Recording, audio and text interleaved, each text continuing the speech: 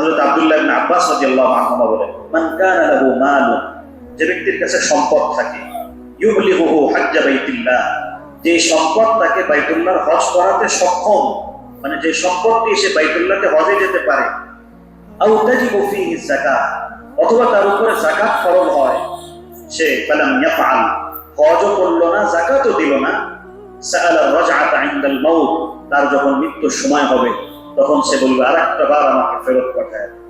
মৃত্যু যন্ত্রণা যখন শুরু হবে আর আযাবের দৃশ্য তার সামনে উদ্ভাসিত হবে, তখন সে বলবে আরেকটা বার আমাকে ফেরত পাঠাও। কানজুল উম্মালের হাদিস। কোরআনে পাকের মধ্যে আল্লাহ তাআলা অসংখ্য জায়গায় মুজরিমিনদের কথা, অপরাধীদের কথা বলেছেন। কুল ইয়াতাওয়াফাকুম মালাকুল মাউতিল্লাযী উকিলা বিকুম সুম্মা ইলা রাব্বিকুম তুরজাউন, তোমাদের জানকে মালাকুল মউত কবজ করে, অথবা তোমাদেরকে আল্লাহর কাছে ফেরত যেতে হবে। ওয়ালাউ তারা ইযিল মুজরিমুনা নাকিসু রুউসিহিম ইনদা রাব্বিহিম, আপনি যদি দেখতেন অপরাধীদেরকে যখন তারা মাথা নত করে তাদের প্রভুর সামনে দাঁড়িয়ে থাকবে, আর তারা কি বলবে, রব্বানা আবসারনা ওয়া সামি'না ফারজি'না না'মাল সালিহান ইন্না মুকিনুন, আয় আল্লাহ সব দেখে নিয়েছি, সব শুনে নিয়েছি, রব্বানা আবসারনা সব দেখে নিয়েছি, ওয়া সামি'না সব শুনে নিয়েছি, ফারজি'না একটা বারের জন্য আমাদেরকে দুনিয়াতে ফেরত পাঠায়, না'মাল সালিহা, ফেরত পাঠাই দিলে সব আপনার আদেশকৃত কাজগুলোকে করব, সব নিষিদ্ধ কাজ থেকে বিরত থাকব। ইন্না মুকিনুন, আল্লাহ আমাদের পুরা বিশ্বাস হয়ে গেছে। অন্য আয়াতের মধ্যে আল্লাহ তাআলা বলতেছেন যে কিয়ামতের দিন যখন জাহান্নামীদের জাহান্নামে যাওয়ার ফয়সালা হবে, তখন তারা বলবে আল্লাহ আপনি আমাদেরকে আবার দুনিয়াতে ফেরত পাঠান। ফাইদা নুফিখা ফিস-সূরি ফালা আনসাবা বাইনাহুম ইয়াওমাইযিন ওয়া লা ইয়াতাসাআলুন فمن ثقلت موازينه فأولئك هم المفلحون ومن خفت موازينه فأولئك الذين خسروا أنفسهم في جهنم خالدون। কিয়ামতের দিন যখন হবে, ফালা আনসাবা বাইনাহুম ইয়াওমাইযিন ওয়া লা ইয়াতাসাআলুন, কোন বংশ কাজ দিবা, আমি অমুক বংশের ছিলাম, সৈয়দ বংশের ছিলাম, আমি মীর বংশের ছিলাম, আমি শেখ বংশের ছিলাম, আমি মোল্লা বংশের ছিলাম, আমি খান বংশের ছিলাম, কোনো কিছুই কাজ দিবা না। ওয়া লা ইয়াতাসাআলুন, একে অন্যের কাছে কেউ কারো সহযোগিতার ব্যাপারে জিজ্ঞাসাও করবে। সেদিন কি কাজে লাগবে? ফামান সাকুলাত মাওয়াজিনুহু ফাউলাইকা হুমুল মুফলিহুন, যার মিজানের পাল্লা ভারী হবে তারাই সফল কাম হবে।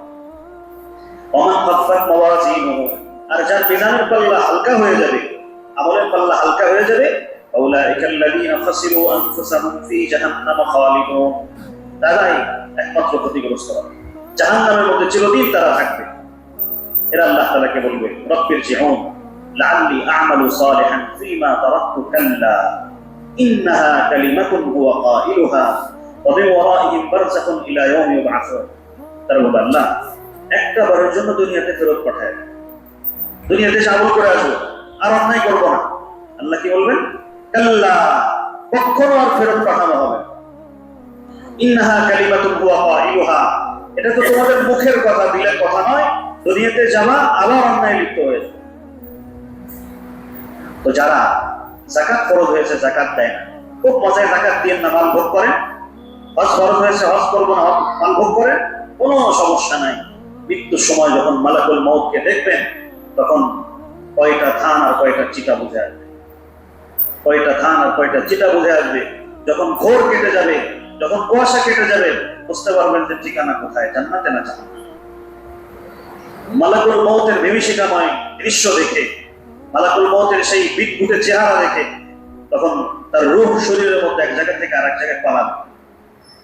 কাটার মধ্যে জামা বিঁধলে, কাটার মধ্যে জামা আটকে গেলে যেইভাবে কাটার থেকে জামাকে চোটানো হয়, তার শরীর থেকে তার রূহকে পিটায় পিটায় ওইভাবে তার শরীর থেকে রূহকে বের করা। নাউযুবিল্লাহ বলবেন, তো কঠিন অবস্থা।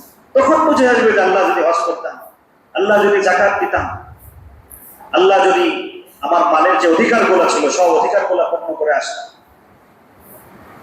তো সেই সময়ের আগে আমাদেরকে হজের বিধানকে পালন করে নিতে হবে।